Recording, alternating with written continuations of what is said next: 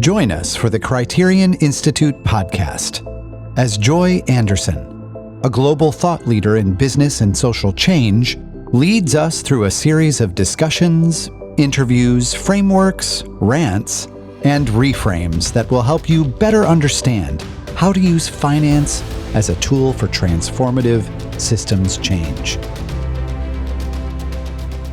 I am Joy Anderson, and this is the Criterion Institute podcast. This episode focuses on strategy development around our work on gender-based violence.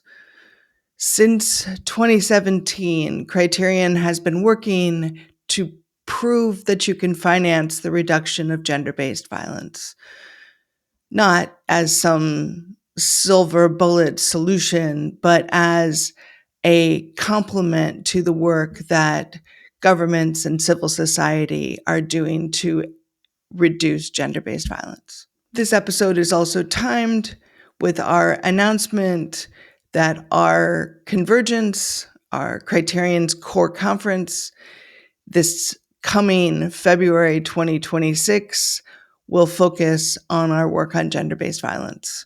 We've done 2 previous convergences focusing on this topic, and we thought it was a perfect time to bring the field together, show the progress that's been made, highlight people who are taking action, invite others to take action, and build a broader set of connections that can advance this work. Enjoy.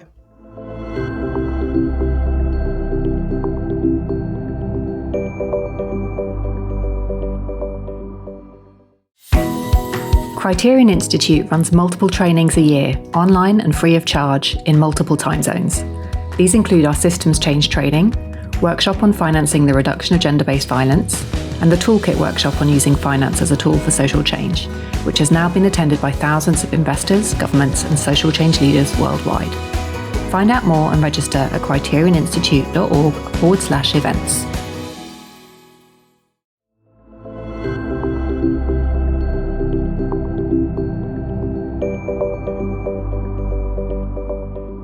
Our work to prove that you can finance the reduction of gender-based violence is grounded in a discovery that we had in 2017. I was on the board of In Faith Foundation, and we were looking to create a carve-out of $20 million that would focus in on one social change issue. And as the executive director went out to find out what people cared about, and these were not the ultra wealthy or the sort of sophisticated foundations, these were people who had put money into a donor advised fund. And what they said they wanted to address was domestic violence. So we started with building out that fund, the first demonstration now 8 years ago that you can invest to address gender-based violence. The next thing that happened was that we had this audacious idea that we would aggregate $1 trillion of intent, of capital held by individuals or institutions who said, I hope that my investments can address gender-based violence. And so we named this $1 trillion goal. And while executing on that campaign was difficult, getting people to sign on was not. Between pension funds and foundations and large asset managers, they said, wow, do you think we could? Could we do something that would make a difference to address gender-based violence? Do you think we could? And so we aggregated $1 trillion within a year or so. And that proof that asset owners, people who control capital, are willing to do things. It's sort of been the basis of gender lens investing, of impact investing, of innovative finance more broadly, that there are a set of people who control capital who would like to be able to do more with it. And when we started having conversations with asset owners, we uncovered survivors. We uncovered fathers passionate about their daughters. We had also uncovered a bunch of idiots who said dumb things to us, and it wasn't all a bed of roses. But what was inspiring is people who said, I want to do more with my capital. And so all the way through this campaign, leading into our strategy today, is that one assumption, which is that there are people who would like to use their capital to address gender-based violence. We have continued to find that over and over again. Is there more that we need to mobilize it? You betcha. Is there more that we need to show evidence that says that we can make this difference, that motivates people to take action? But one of the big forces behind this, for example, is that many governments, in passing their gender policies, include a specific focus on gender-based violence. And that can be a lever to say, what are you doing in your innovative finance programming to make a difference? There are foundations for whom gender-based violence has been a central tenet of their work. We can ask them to use their assets. This systems change starts and ends with not just Criterion using our power, but us engaging others who are using their power in powerful ways. So where we started after we had aggregated this $1 trillion of intent was they said, okay, we want to do this. What can we go do?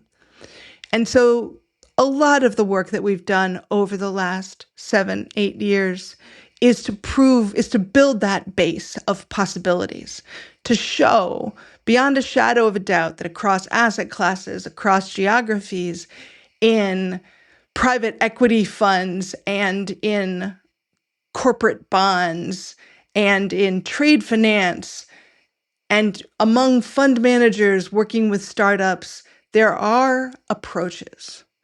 There are even approaches in managing a large public equity portfolio where we can see the long-term risks, the costs of inaction on gender-based violence, both in a public equity portfolio or in a DFI rebuilding the infrastructure of a country post-conflict or disaster.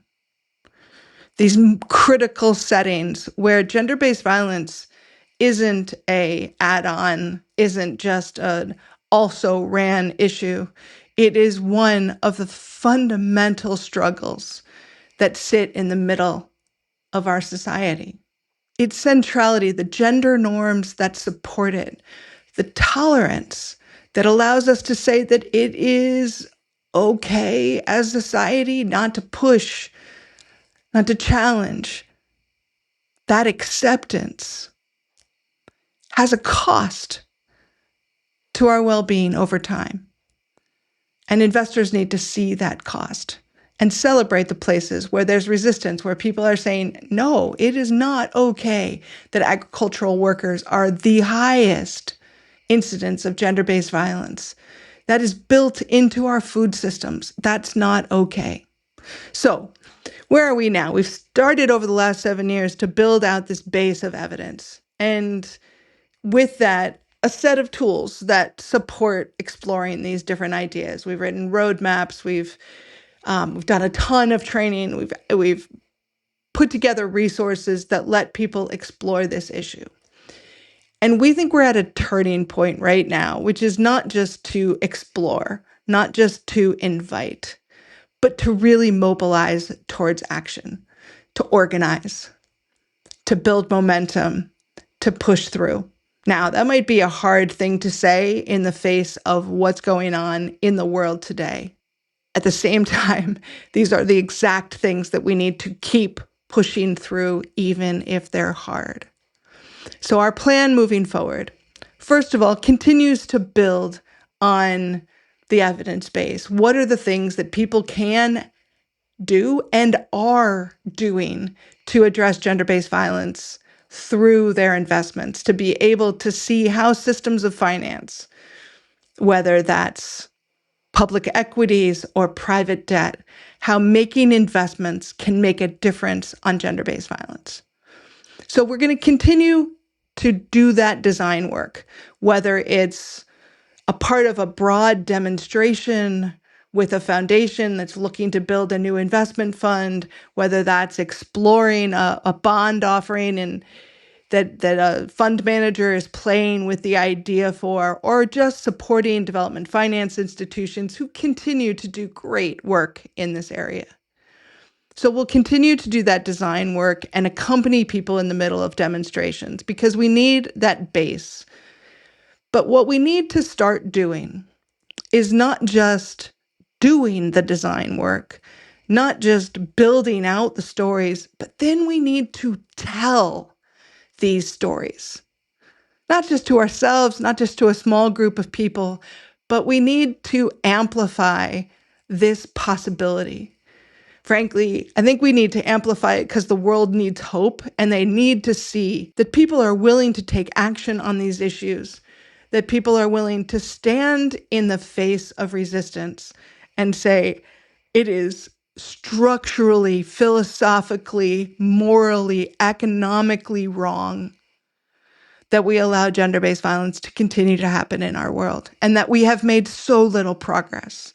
We need to use the power of finance to add to that voice and push it forward because we know there are things that finance can do, whether that's shifting banking practices like the National Australian Bank has done. There's so many stories that are out there already about what people have done in safeguarding, what people have done, what Adesina did in their stunning campaign about forced arbitration.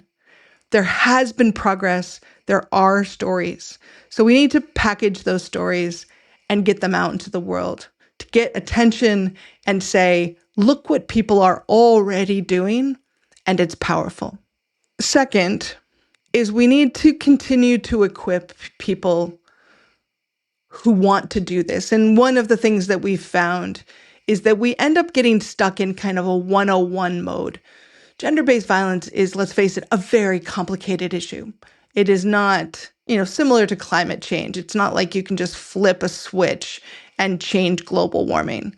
You can't just, add a clause to your investments and turn around centuries-old gender norms that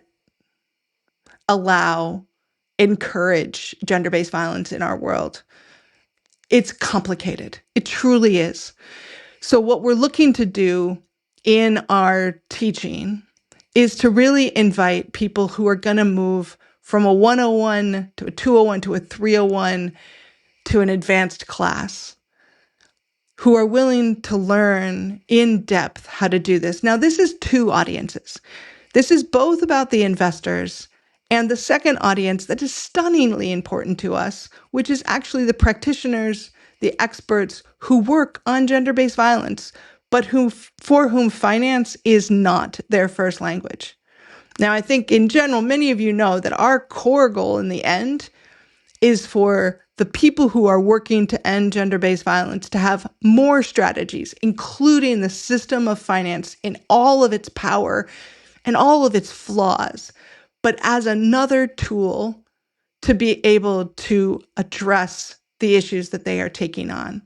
So the core of this is about expanding the possibilities for creating social change. So we care deeply whether or not the organizations working on gender-based violence are equipped to do this, whether or not they feel able to use finance as a tool to engage that system of power. And of course, to be able to find the resources to do that. So much of the innovation that is needed to address this complex issue doesn't happen, frankly, because the funding's not there.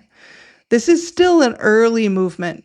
And I think we need to do more education around that, right? I think people assume big pervasive issue like gender-based violence people been working on this for centuries and trying to turn it around. Sure, there have been efforts for a very long time, but a really concentrated effort to eradicate gender-based violence and then to shift towards a deeper look at prevention, that's really just been in the last 20 or 30 years. So it is actually a relatively new focus in working on advancing gender equality. And so we can't assume that these organizations have all the resources that they need to simply take on a new strategy and address them. So part of what we need to be doing is organizing those resources and expanding the toolkit, bringing in new actors, different allies, not just the same old government actors, as incredibly important as they are, but we need to find ways to engage the private sector. And that's not just through corporate activism. We can do that through finance. So the second block, the first block was about design, really building out the possibilities. The second piece is really about teaching and learning together what works. How can we build a base of leaders who are equipped to implement this, to partner with others, organizations in universities that already have research academies focusing on gender-based violence? How do we bring finance into those conversations? How do we partner with folks like SVRI who bring together every 2 years an extraordinary set of people working on gender-based violence? What if we were learning together? What if investors also came to this conference of several thousand people sharing research findings? And what if one of the audience for those research findings was investors? How do we actually tilt that machine and so that it's got a little bigger audience? And I do believe, and we've been having a ton of conversations about this recently, expanding the audiences for whom gender-based violence is named as relevant to include systems of finance will strengthen the movement overall. And so finally, it's really looking at nothing more than persuasion, influence. How do we identify more investors? How do we identify more organizations willing to include finance in their work? How do we find more governments who are willing to bridge between their social policies and their innovative finance approaches to ask for more, to sort of take a lead from folks like the European Investment Bank, who have done such deep innovation in looking at how to finance the reduction of gender-based violence? How do we show what's happening, show what's possible, and invite people to take action? And this is in some ways one of the hardest parts about Criterion's business model, so to speak. This is true of almost anybody working in systems change. Making that change, inviting an organization and a leader, even an individual family, to change how they're making investments is not a simple or short effort. For them to make decisions to change takes time. And so the key part of this next 5 years or so is for us to have a sustained momentum. They will step up and step into this work when they are ready. But we need to keep inviting. We need to keep showing people what's possible. We need to keep telling stories that others are doing this and inviting all of our core audiences, both those working in investments and those working in the social change work around gender-based violence, to see the potential and to give them time. So to galvanize that work, we have decided to take our Convergence, our annual gathering that happens usually online in February over the course of a month. We've decided to focus the February 2026 Convergence on gender-based violence. So Convergence brings together about 150 people. And they are the people already working on this. This isn't necessarily the place where we invite newcomers for whom they haven't considered making this change. This is for the long-distance runners that we bring together to connect with each other, to boost each other, to share what they're figuring out, and to continue to strategize how do we increase the impact. So the organizations working on gender-based violence, whether they're focused on prevention or response, whether they're global advocacy groups or local service providers, we'll bring them together and we'll put in the same room investors, asset managers, asset owners, philanthropists, donor agencies who are seeing the potential in this and are likely already moving something forward, but want to learn from each other. So we'll do that in the month of February to really bring together the community working on this. But around that, before and after, we're going to continue to offer easy invitations. What is a place where people can start thinking about this? What's the introduction that lets them learn more about what gender-based violence actually is and how it operates within the world and how that starts to overlap with finance? So to not do this just not only through Convergence, but through a broad set of convenings that meets people where they're at. Because we're in this for the long haul. As we think about the next 5 years of this work, we want to see seismic change. We want to mobilize and empower the movement working to address gender-based violence, to have them see new allies, new power, new possibilities. And we want investors to see what's possible for them to use their power to create.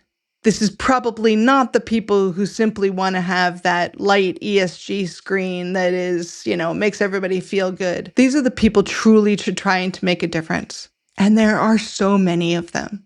Some of them might not be broadcasting, so some of them might be quiet right now. But they are continuing to act and are responding to this invitation. So we'll continue to organize. We'll continue to galvanize energy, ask people to use their power to ask for changes. And in the end, while this isn't any kind of silver bullet, this won't magically reduce gender-based violence. We don't want to be so arrogant as to say that, but it can make a difference. In the end, if we can see gender-based violence as material to economies, as material to investment risks, and as a part of our world that needs to go away. We need to end violence against women. And to do that, we need to use all of our power, including the power that is embedded in where our investment capital goes. To learn more about our work, visit us at criterioninstitute.org. And if you're enjoying this podcast, please leave us a review on Apple Podcasts or Spotify. Your reviews help our podcast reach a wider audience.